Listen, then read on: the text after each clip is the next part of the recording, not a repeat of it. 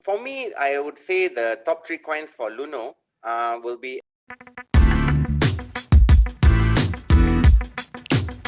Hey guys, my name's Chun Weng, and you are tuning into the Crypto Kopitiam, Malaysia's top crypto podcast. Usually, what happens is that I talk to the camera, and the camera doesn't talk back.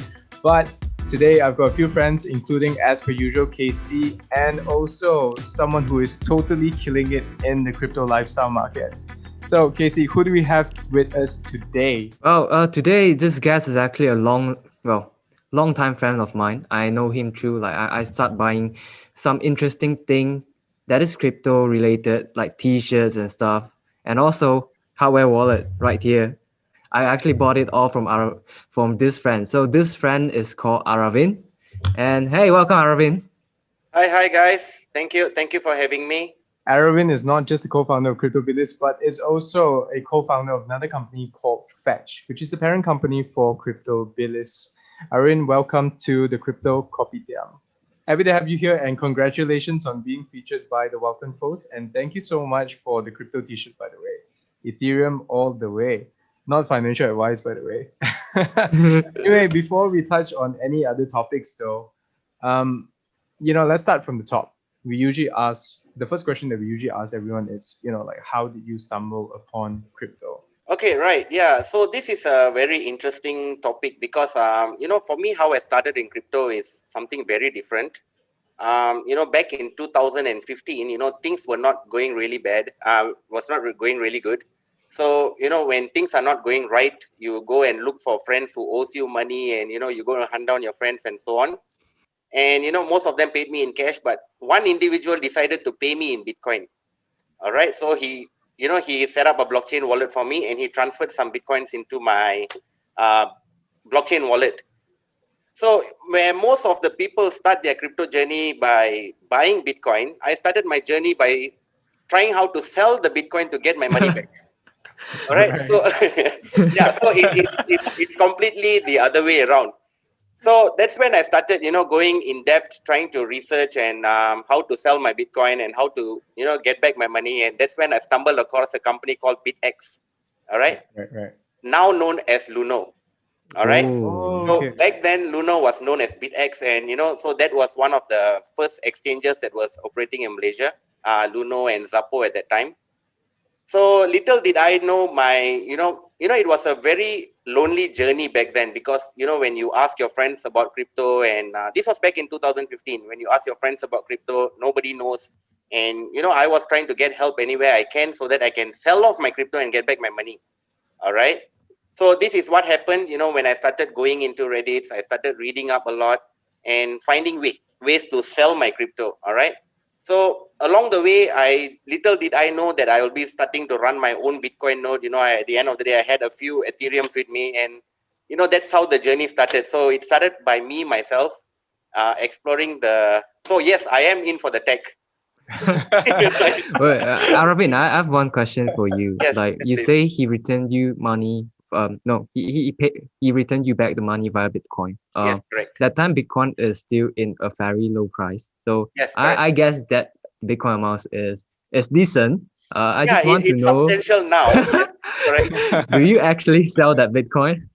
Yeah, I indeed I sold it off. What happened was, yeah, I did sell it off.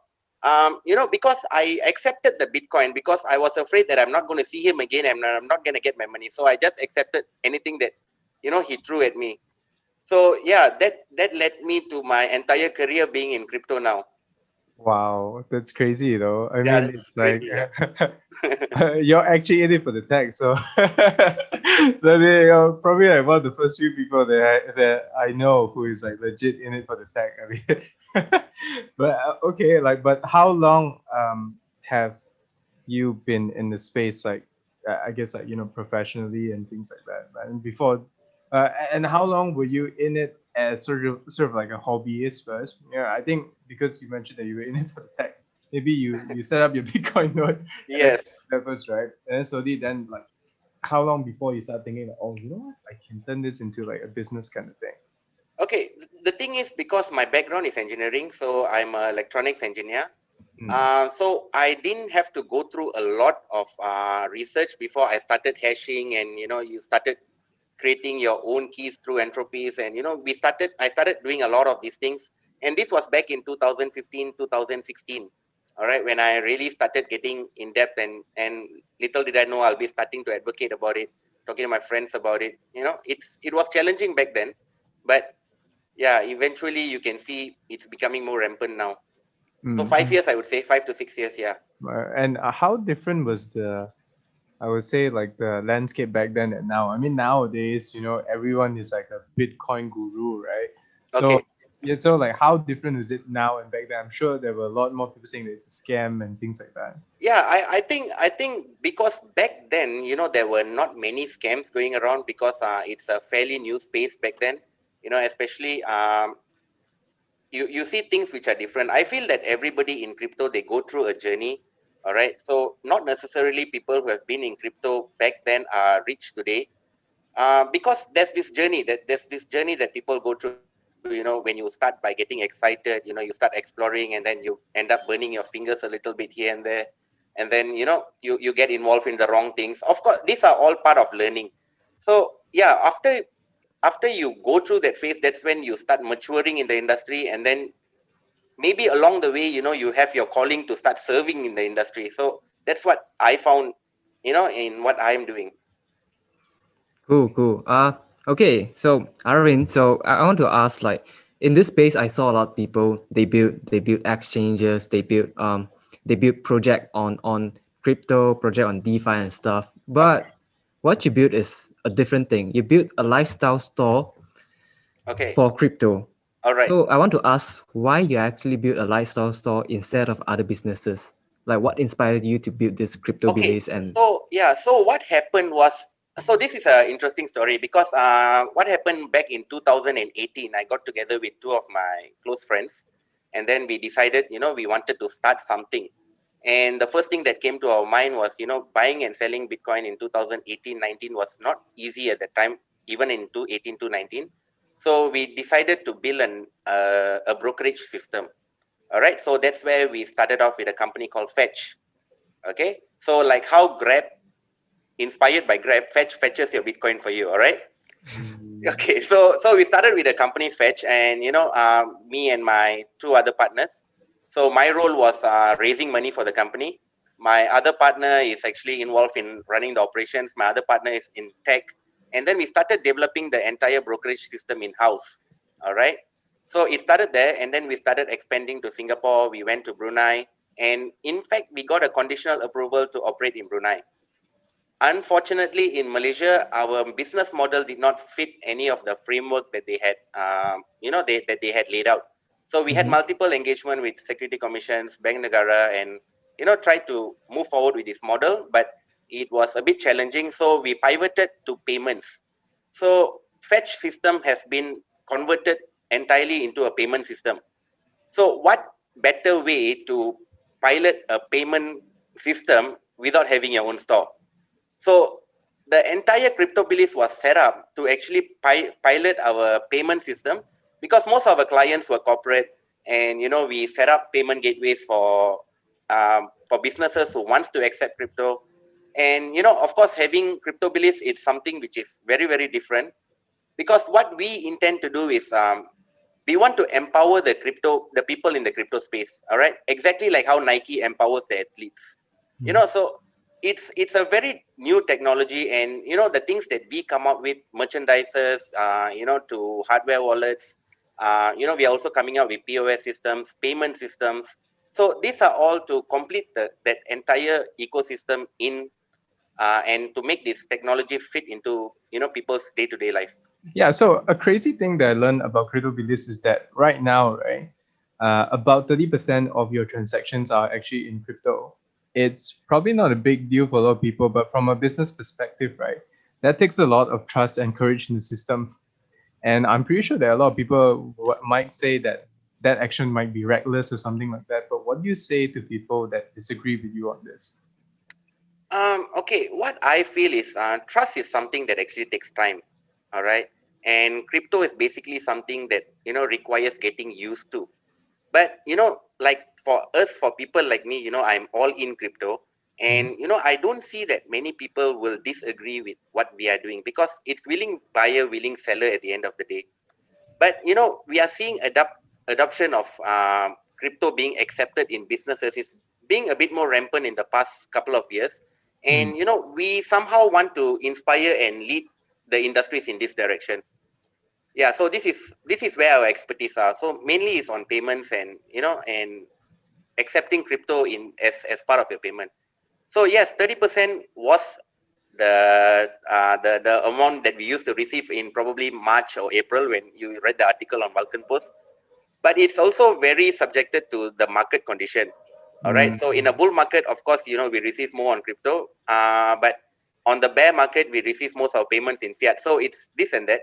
But I feel it is really necessary. Although 70% is still coming from fiat, but I feel that crypto is really necessary for us to, to start the ecosystem at least. And how does accounting comes into play actually, when users pay in crypto? I think a lot of businesses who are looking into accepting crypto is also thinking about this as well, right? They're probably thinking like, hey, today it's like this and then tomorrow it's like that. So well, how do you guys manage that actually? I'm just curious about that. Okay, yeah, actually for us it's easy. In short, we hodl. All right, so every payment comes first. Yeah. So in fact, we devise a business plan and a policy around this, that most of the crypto that we receive, we hodl. But of course, it's not going to be the case for a lot of businesses. So since we have built our own payment processor, basically what happens, the crypto that we accept, it goes through an exchange, which I'm unable to disclose. All right. So it goes through an exchange, it converts and gives us back in ringgit. So this is what we have been doing. And but yeah, most of it we hodl. And for people who wants to start accepting crypto as part of their businesses, probably they'll have to wait for, for Q1 of 2022 when we officially get a corporate license with the exchanges to start implementing for businesses. Yeah. Okay. And also talking about the transition from Fetch to CryptoBilis though. So do you guys do both things, or is the major focus now on CryptoBilis right now? Okay, Fetch is a technology company, so most of the developments happens in Fetch. So CryptoBilis is just for retail clients, for retail customers. So Fetch, of course, there are a lot of research goes on Fetch. There are a lot of technological development goes on in Fetch. So the back end is all handled by Fetch. CryptoBilis is a front-facing store. But yeah, but over the months, we see the results and we see the acceptance. It's actually taking up a lot of our time as well. Exactly. So I'm just thinking, how are you guys dividing the time between CryptoBilis and also Fetch? Okay, no, the thing is, we had 3 partners, and then we managed to bring a team of 11. And we are also quite lucky. We have got 8 staff with us, and a bunch of interns who are. So yeah, there's about 12 to 13 hours running the show behind the scenes here. That is really cool. Okay, so I want to talk specifically about CryptoBilis. Okay. I think a lot of people, when I tell them about buying from CryptoBilis, they are saying why should we buy from this store? Because this store sell a little expensive. Why should we care about authorized or unauthorized reseller? A lot of people have this kind of question. So what's your answer to? Okay. So yeah, first things first. When you compare prices, I feel that we are still the cheapest in the market, because yeah, we are the cheapest in the market. In fact, for any hardware wallets, if you can do your research in Malaysia, we are still the cheapest, and we intend to be that way. We intend to be the most affordable store in Malaysia. And in terms of why buy from us as an authorized reseller, one of the main key things that we will assist is in terms of warranty. All right. So when you buy a product, especially something that is something which is supposed to be secure, it's very important that the warranty is taken care of. You do not want to receive a device which is faulty or malfunctioning. And we do one-to-one warranty replacement, and there's a shorter waiting period, and we also provide after sales support, before sales support. So there's a lot of things that will be easier for you when you handle with local sellers.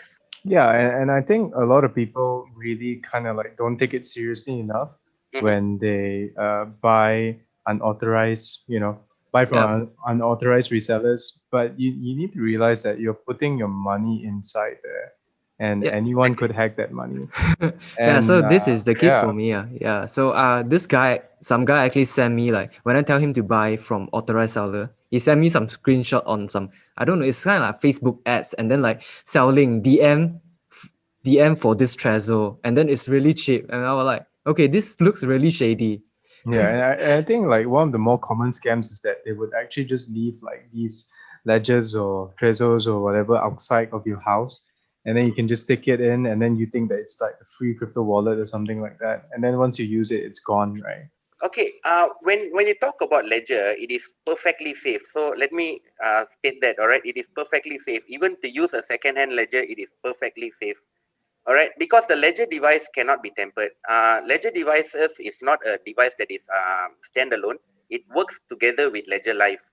So if your device is tempered, or if your device has been, um, done some stuff on it, you will not be able to connect to Ledger Live. So the moment you can't connect to Ledger Live, you know that device is no longer legitimate. But even as a reseller, I would say that most of the ledgers that you see out there are original. There is, because that's one way that Ledger managed to secure their devices, is by making it work only with Ledger Live. Switching gears a little bit, right? I'm actually very curious about one question, right? I mean, you've been here. Actually, you're probably someone who's been in the crypto industry, at least in Malaysia, much longer than most of the people that we have interviewed. Okay. So I was just wondering, right? I mean, like, how different was the landscape back then? Like in terms of like all these crypto products and everything like that. You mentioned that it was really hard for you to even sell your Bitcoin.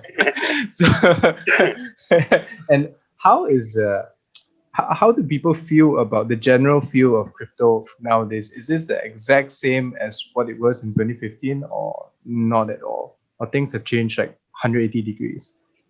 Yes, things have changed 180 degrees, because I see the market is very hype driven now. It's heavily influenced by a lot of people. If you can notice this in the crypto groups, especially, they tend to follow the crowd. There's a herd thing, and there's very little due diligence. Back then, when things were not accessible, you have to go and look out for information. You have to find for information.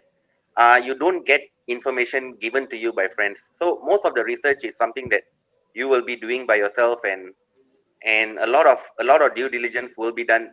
Like what I said, there's a journey that you will definitely lose some, but you'll gain a lot along the way. Okay, so we're moving into our next section, which is the NFA section, otherwise known as the non-financial advice section. So guys, please do not take any of this as financial advice. It is not financial advice, and we are just strangers online, especially me.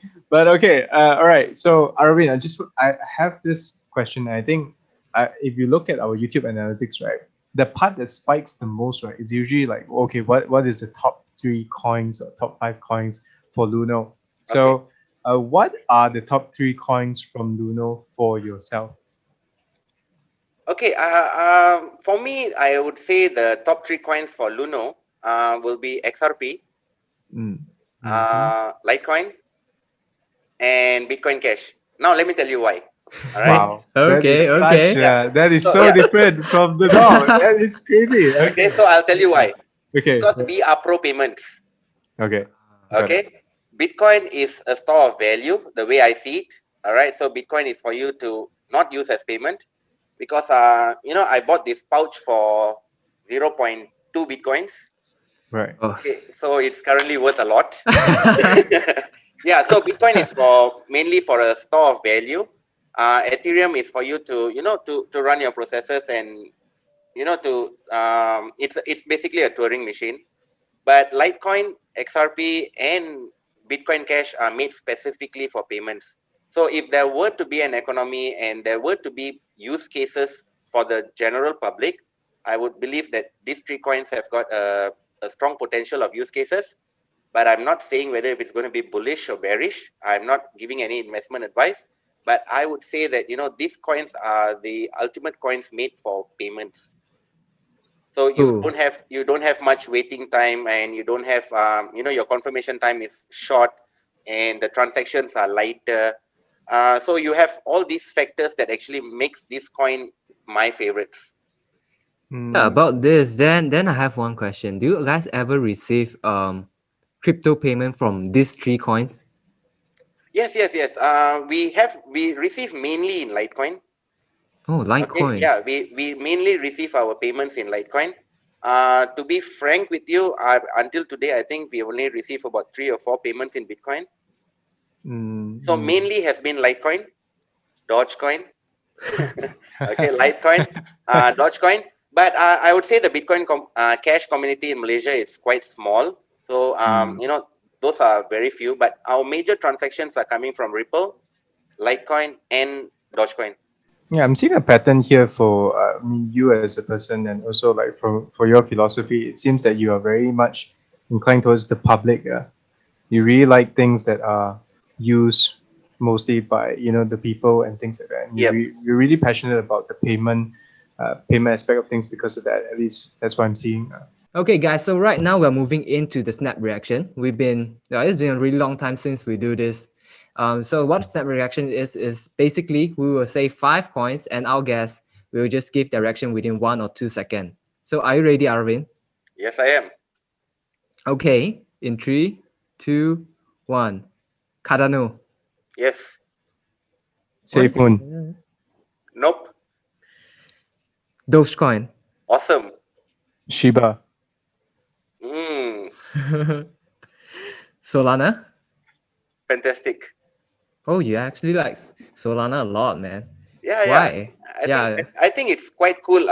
Because I have it. This is a good answer. Yeah. Yeah. So I think I do take some risk here and there. You know, I used to be pro Bitcoin, just Ethereum. Those were the initial coins that I will never budge from. But I have also started exploring all the other coins that are available. And yeah, I feel that those coins have got some potential, so I end up buying some. Speaking about that, what's your perspective on people that are really just starting out in crypto?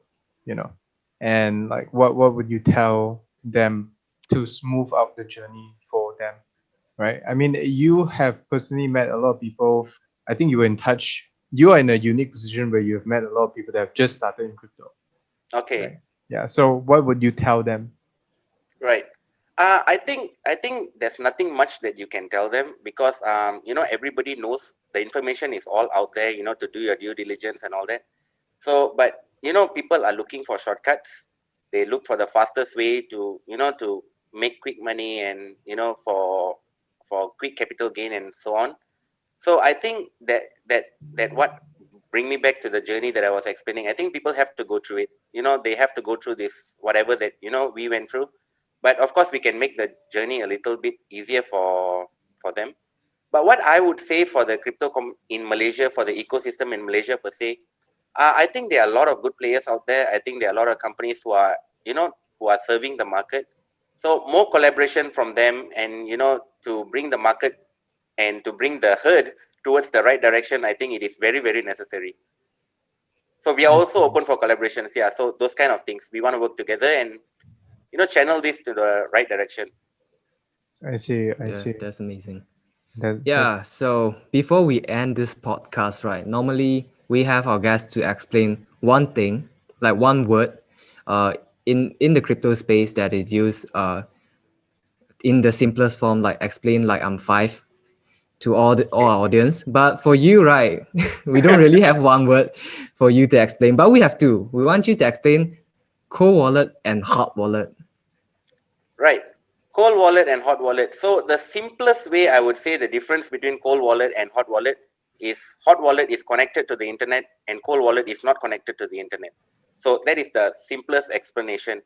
So of course, both are equally safe, meaning to say that most of the mishap happens due to user behavior. So it's how how you behave towards. Do you know what you're doing? Do you know what you're not doing? So of course, when in hot wallets are wallets that are connected to the internet, like what I said, these are wallets that you have on your phone, all right, and also wallets on the exchange where you do not own the keys. So the main thing that they have to understand about crypto wallets is it doesn't store your coin. All right. So you don't store your coin in Ledger. You don't store your coin in your online wallet. The wallet just manages your keys for you. All right. So it's just a key manager. So when you're on a hot wallet, you don't have access to your keys. All right. So some hot wallets like Jax, Exodus, Atomy. So those are the wallets that, lets you access the keys. But of course, when you have it online, you have got higher chances of it being affected by malwares, by hacks, compared to having it offline. So that's why we advocate people to, if it's really important to you, if you really feel it's going to be worth $1 million in the future, keep it offline. Yeah, all right. Nicely said. Thank you so much, Arravind, for joining the Crypto Kopitiam. Thank you. And that was it. All right. Hi guys, happy morning. There's a tour of CryptoBilis for you. So this is our office, and we are greeted with our bodyguard at the entrance. So we have got Scrat here, taking care of everyone that walks in and walks out. Okay, here's our full office setup. This is where we do our daily work. Okay, so we come here to our lounge area. Okay, so this lounge area is where our customer comes in to collect their stuff, and it's also a place where we crash when we are working late hours at night. So we have our lounge area here, and then this is our pantry, and here's our crypto fridge. All right, so this is a crypto fridge that we hope will mine us Bitcoin someday. Okay. Let's look around. Okay, so this is where our desks are set up. This is where my partner and I sit. Okay, so on your right, on your left here, you can see the my partner's desk. Okay, so this is where the tech happens. So most technical aspects of the business is done here, from maintenance of the site and and processing of all technical information here. And this is my desk. All right, got a Bitcoin table pad here. And you can see another Scrat at the back there. Yep, so we are at the 15th floor of the Infinity Tower in Kelana Jaya. So as I go around, this is important. Alright, no stupid people beyond this point. This feel is necessary to be there. Okay, so we have our mini gym. Alright, so we have some dumbbells here. We've got these gymnastic rings going on. Alright, and we also have this aerobic ball, that helps us keep worked out a little bit during the day. So this is our discussion desk. So this is where we come in to do our discussion, and for meetings, for Zoom meetings, plannings and so on. So here's another view of the entire office from a different perspective. Okay, so let me take you guys upstairs. Let's go up. So upstairs is where our staff and our interns are. So they are off for holidays now, EMC actually. So they are working from home. So this is the desk. This is where all of them are seated. So they have gone back now for EMCO, and this is where we have a screen here to run our analytics and to see how we are doing. So at the back here, you can see our stock. Okay, for hardware wallets, for merchandises. We keep the weekly stock here. Most of the stocks are stored in the warehouse, but for the day-to-day stocks, they are always here in the office. And here's our packaging station. So whenever an order comes in, this is where the guys does the packaging. So you've got the stickers here. We've got some hardware wallets going on. Yeah. Yep. Costly stuff. Okay, so we have our packaging. You have our wraps, stickers, vouchers, warranty cards, bubble wraps, more bubble wraps. So this is how it looks from the top. Let me just give you an overall view. Okay, it's low ceiling, it's a Soho unit, guys. So of course you can walk in anytime after the EMCO. You can come in, have a chat with us and find out more about hardware wallets, merchandisers and everything that we do. So this is our mascot here, George. So George is from Cambodia. A very beautiful piece of art. Okay guys, hope you enjoyed it and see you guys soon. Take care. Bye bye.